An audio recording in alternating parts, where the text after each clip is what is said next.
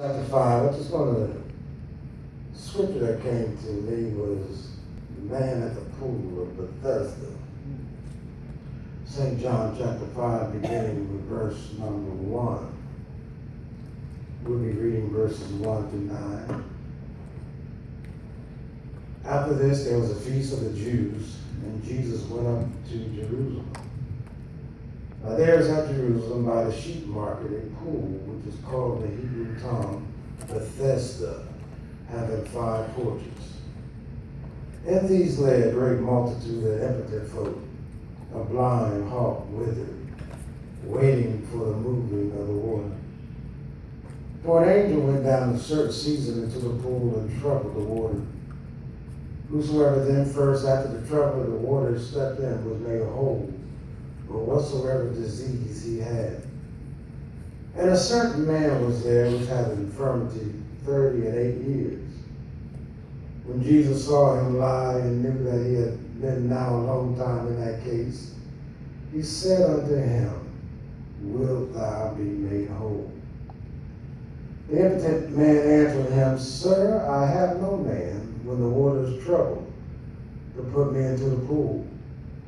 But while I am coming, another steppeth down before me. Jesus said unto him, Rise, take up thy bed, and walk.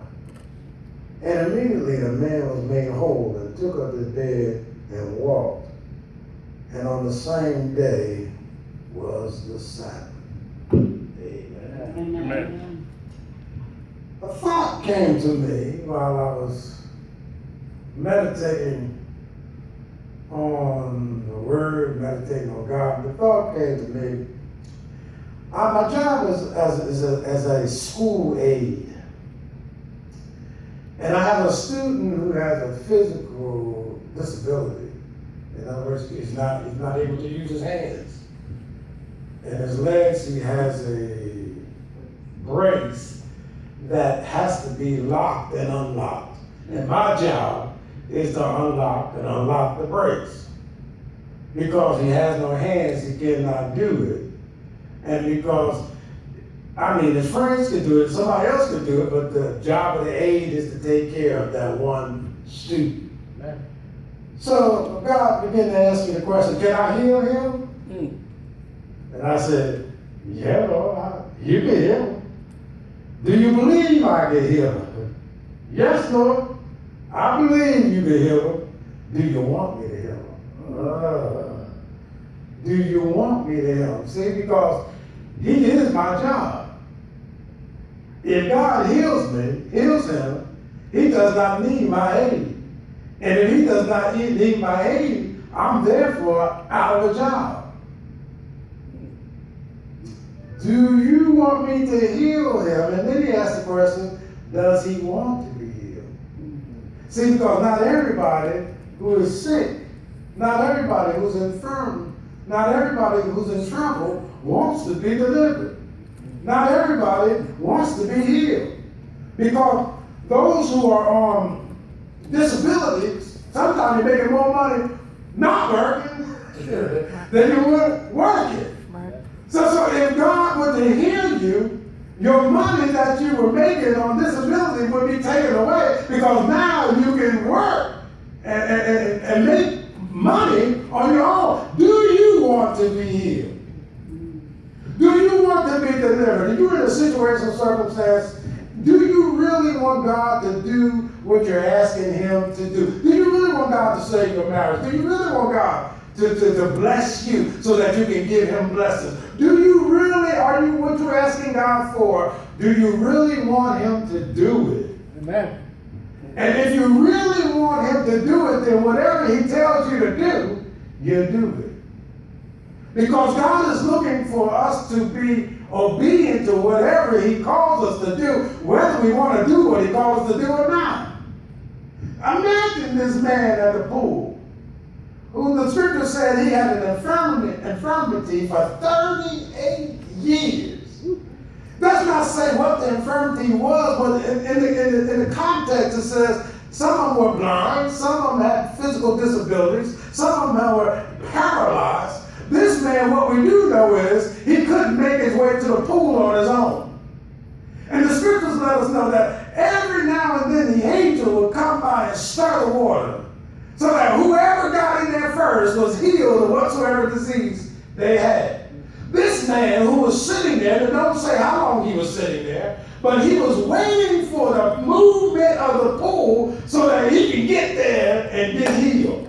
But he said, as soon as I tried to get there, somebody else gets in the pool and they're healed, and here I am still waiting. How long have you been waiting on God? How long has God made a promise to you and you're still expecting him to move on your behalf? See, this man could have said, I've been sitting here all this time, I'm going back home. I mean, every time I get ready to get back in, somebody else gets in, I'm going home. I don't have to put up with this. They say God is a healer, and here I am waiting for God to heal me, and everybody else gets healed but me. And he could have said, every time I try to, every time it looks like I'm about to make it, somebody else get in there first. What you understand? The Bible says the angel comes at a certain season, and the first one in is the first one that gets healed, and nobody else gonna get healed. So if I'm not the first one in there, what are we gonna do? Go back home and have a pity party? Or am I gonna keep waiting on God to move that water? Well, we must understand, this is what Jesus was showing us that was happening at the time, but now that Jesus is here, we don't have to wait for the moving of the water, because the water is always moving. The water, which represents the Holy Spirit, he's always moving, and all we have to do is do what he calls us to do, and with the assurance that he's going to do exactly what he said he was going to do. So he kept asking me, do you want this boy to be healed? And I said, yes, Lord, I want him to be healed. I want him to be healed, and I want him to know the freeness that he can go out and run like everybody else. But then he didn't ask me, do you think he wants to run like everybody else? Or do you think he likes the attention that he gets? Yeah. See, because when I start running like everybody else and doing like everybody else, all of a sudden I ain't not getting all that attention that I've been getting. Because I can't wash myself, can't feed myself. And some people in the mentality, that's what they want. They want somebody to wash them. They want somebody to feed them. They want somebody to work for them. They want somebody to do everything. They don't want to do anything. So that they have a mentality, all you got to do is let me sit here and take care of me and I'll be just fine. But then when the Holy Spirit begins to move and begin to heal and to bring deliverance, now they have no excuse of why they're sitting there waiting. Because they've been healed, they've been touched, they've been delivered. Why are you still living in the same situation, under the same circumstances, when God has already set you free? Amen.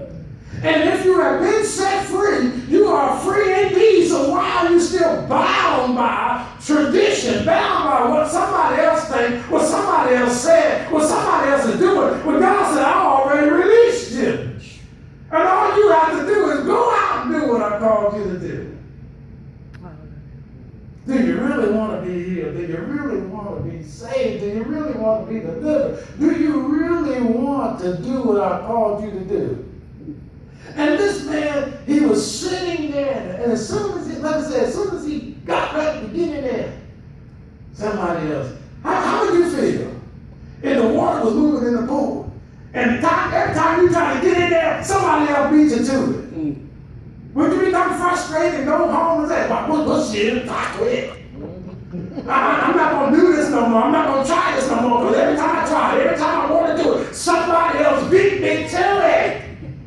The first one always wins in this case. How long am I supposed to sit there and wait until my turn? See, that's what we're talking about. When is my turn coming? My turn is here because Jesus has made a way for me to make it into whatever I need. All I have to do is have faith to do what he told me to do.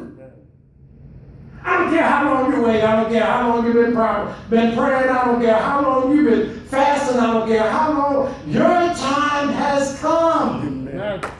And when you know your time has come, you can look with expectancy. Yes, everybody else been blessed but me, but praise God, now is my turn. Amen. Everybody else been got a job, been held, been healed, been delivered, been set free. Now is my turn. See, because when God looks at us, He don't look at us with favoritism. He looks at our faith. Are you ready to do what I called you to do? Are you ready to enter into the place where I called you to enter into? Are you ready to do and go where I told you to go? And if you're ready, I'm ready to send you. And when you know that your time is here, can't nobody stop you. Can't nobody keep you from entering in the place where God wants you to be. And you know what the devil is going to tell you to do? You know what? You've been sitting here so long, and everybody else been running. God don't like you. And everybody else got what they want. God, you must not be worthy. You know what? If you were truly born again, if you truly were saved, you would already have what you already asked for. That's how the devil moves, and that's how he works in our minds, thinking of, well, maybe I'm not worthy. Maybe I don't deserve it. But you know what? Everything God has for you, you deserve it. Everything God has for you, you're worthy of it.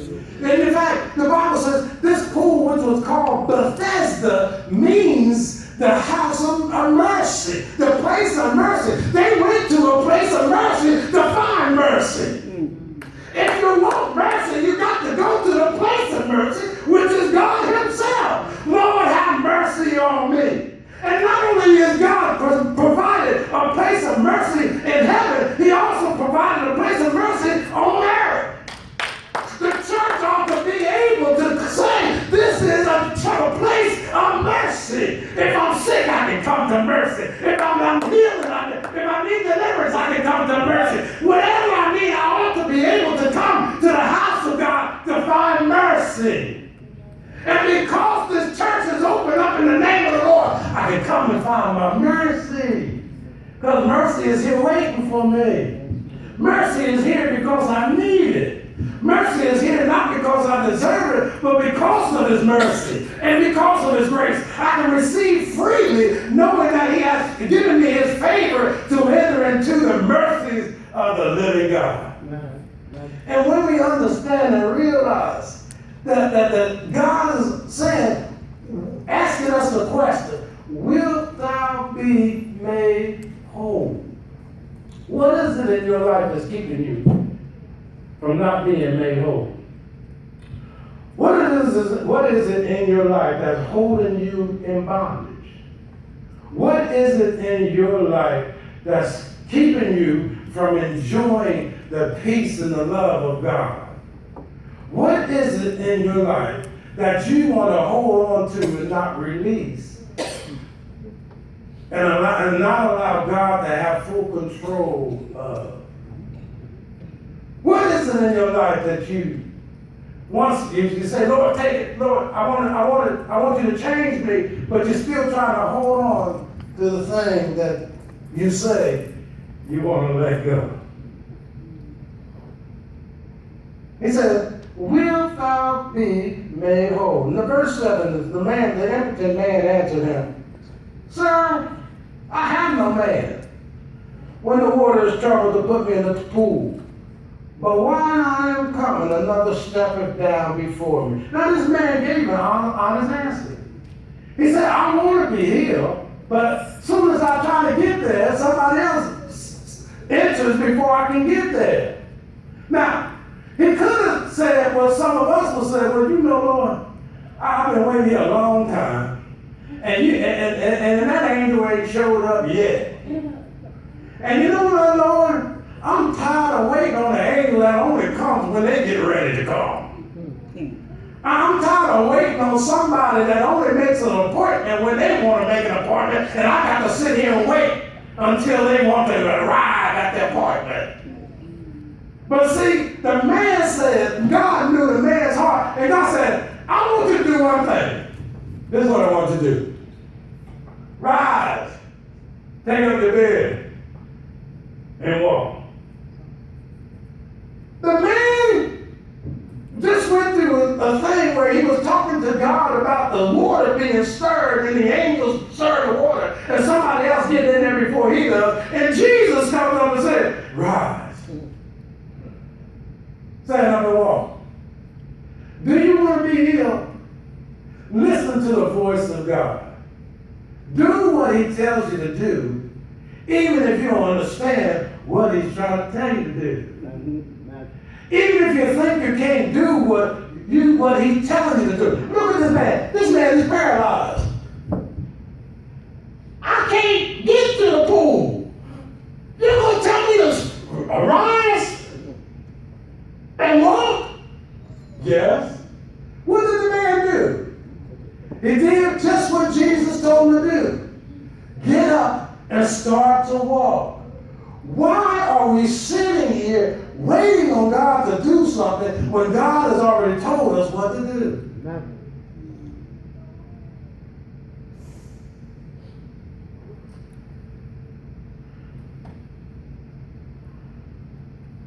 When I was looking at that young man on that bus, and I prayed for him without him knowing I was praying for him.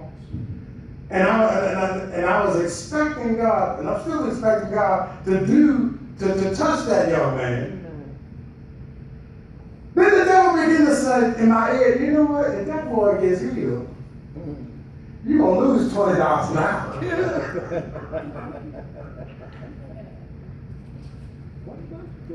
Almost $20 just to ride the bus. Just to sit there and ride the bus. And I'm thinking, you know what? This ain't a lot of money, but it's more than I paid. The $20 an hour, to ride the bus, to loosen up some bands, just to sit there and listen to the other kids. I got to worry about the other kids. One child. That's all I got to worry about. Put him on the bus, get him off the bus, go home. And God began to show me. The reason why some of us don't arise to the place that he wants us, we're content where we are. And because we're content where we are, we're not able to move to another place. That's right. Because once we become content where we are, why do I want to move when I'm already happy or content where I am? Because I'm content where I am because I know how everything works. I know how to do everything over here, and now you're going to try to move me over here where I don't know anything about. Now I got to learn how to operate over here when I'm already over here knowing what to do. See, when I came from the last church, I already knew how to do what they did. Now I got to come here and learn all kinds of stuff a different way. I was content over there. I could have stayed. But God said, are you going to follow me or follow where you've been content? Because there is a big difference between following the Lord and following contentment. Just because you're happy somewhere don't mean that there's joy there. Just because you're there doesn't mean God wants you to be there. You have to begin to start listening to what God is saying so that you'll be able to move in the direction and the way that God will want you to move, so that when God says, this is what I want you to do, you'll do what God has called you to do. Now, sometimes God would ask you to do something that's contrary to what you've been taught or the tradition that has been passed down to you. God begin to do some things or tell you some things that he wants you to do differently than you've been doing.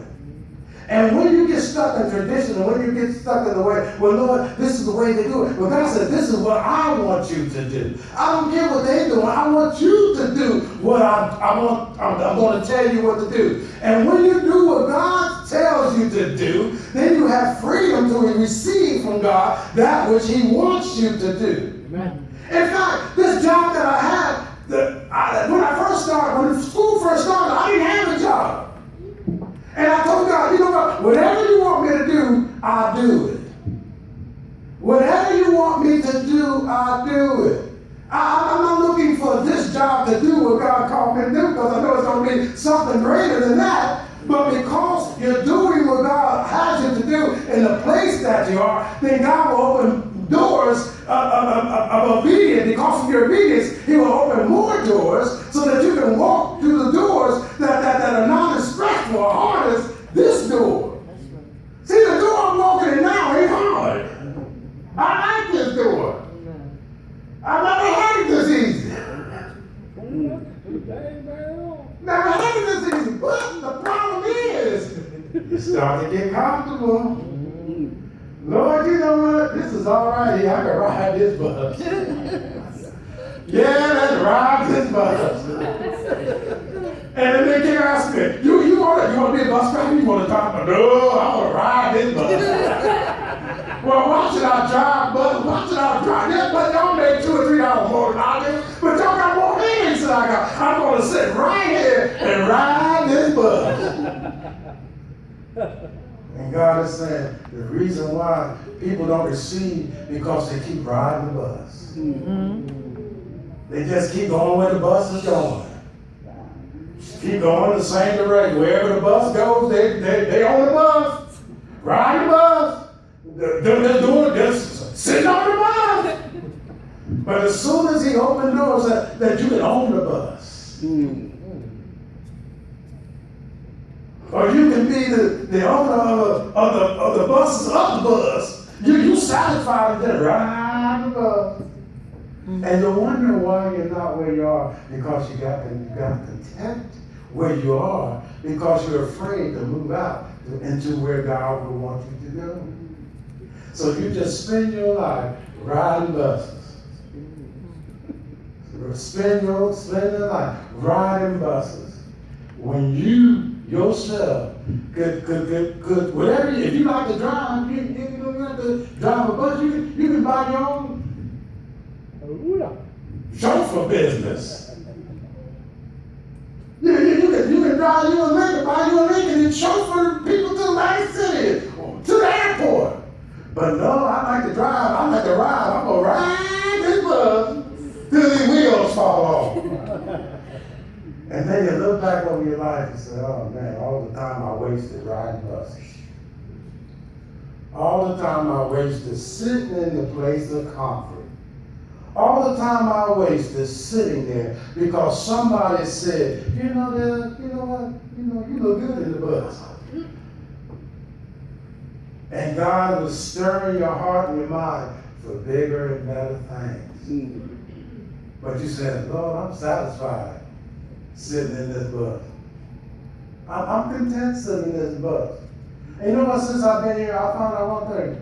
God has nothing wrong. God sees nothing wrong with people having material things. The problem is when material things have you. And God wants to bless his people, but he don't want his blessings to become a curse to his people, because some of us, if we would become blessed, we would forget God. Mm-hmm. If God gave us everything we needed and everything we wanted, we would soon forget who he is. Because now, I don't need him. I don't need him. But this impotent man was at a place where he could not rely on anybody else but God. And God wants to bring us to a place that we cannot rely on anybody else but him. And when we rely on him and nobody else, God will do what only he can do. Amen. I remember when we was trying to obey and we went to the fertility people trying to do this, trying to do that, it wouldn't work. God said, why don't you listen and wait on me? And look who shows up.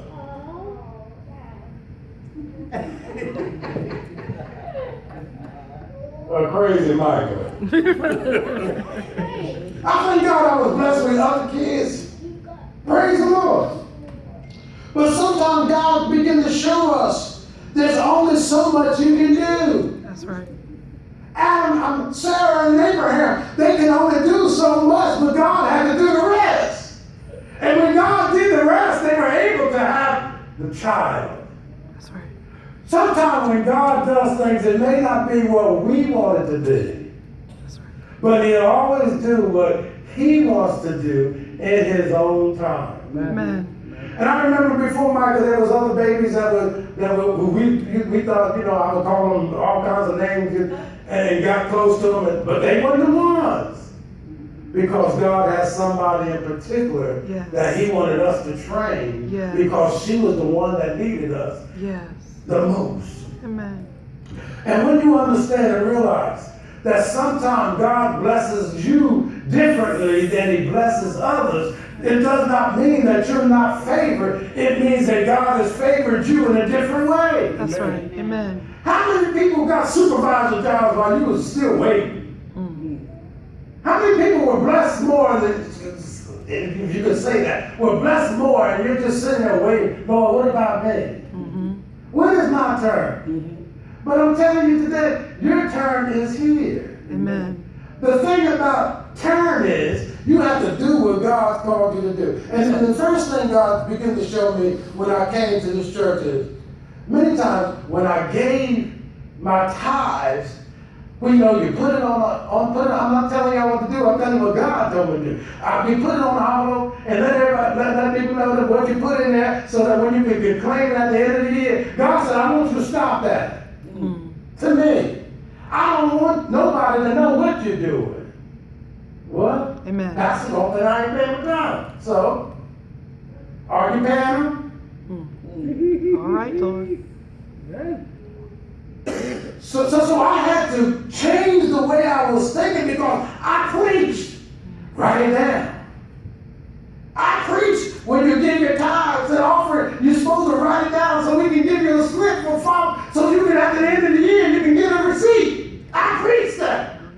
Now God began to show me, look, this is what I want you to do. Get the break it, go to the bank, get the cash, put it in the plate. And nobody know what you did. And now they said, wait a minute. Well, Lord, how am I going to get my at the end of the year? No. When you gave it to me, you gave it to me. Amen. Why are you looking for something every time? I'm just telling you what the Lord showed me. Don't do it because I do it. And then when I did it, God began to open doors that I did not see because I listened to what he said. Sometimes when you start listening to tradition and what people begin to tell you and what people think you ought to be doing, you need to hear what God said. You know what? If you were laying down there in an impotent spot, and Jesus said, rise up and walk, would you have gotten up?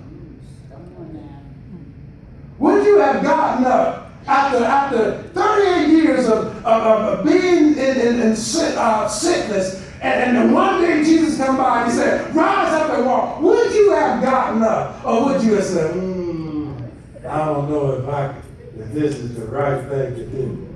I don't know. I don't know. But Jesus tells the man, rise up, take up your bed, and walk. Rise up, take up your bed, and walk. What is hindering us from walking? Walking in the fullness and the obedience of God. What is hindering us from not doing what God has called us to do? What is hindering us from not being obedient to what God is saying? Because when we learn to be obedient to what God is saying, God says, now I can therefore open doors that no man can shut, and shut doors that no man can open. When we learn to trust, to obey God's voice, you will do what God told you to do. I remember when in my earlier days, when Jesus began to tell me something and I would just go ahead and do it. Now I got to sit down and have a conference. Do you really want me to do that? Did you really say to do that? And God uses me in a place where when he says do something, and I pray for somebody, I just pray in the name of Jesus, be healed. If I do anything else, it's sin. Amen. Because that's the way he led me. And when I'm praying, when I'm going to the hospital, whatever, and I start praying and something that I ought not to pray, he let me know, what are you doing? Didn't I tell you to speak in my name, healing in in my name, deliverance. Didn't I tell you to do that? Why are you praying to trying to impress the other people? Because you know what? When you go and somebody's sick and you say, in the name of Jesus, be healed, they're not, that ain't doing nothing to them. Honestly. Because they want to hear, they want to hear something instead of be healed in Jesus' name. And you know what? Pastor can do that. He does that. But for me to be pastor is not me. And if I would try to be pastor and do what pastor does, to me is sin. Because I'm trying to follow after pastor instead of following after God. And you know what? When I understood and realized that when God calls me, he called me to be me and not anybody else.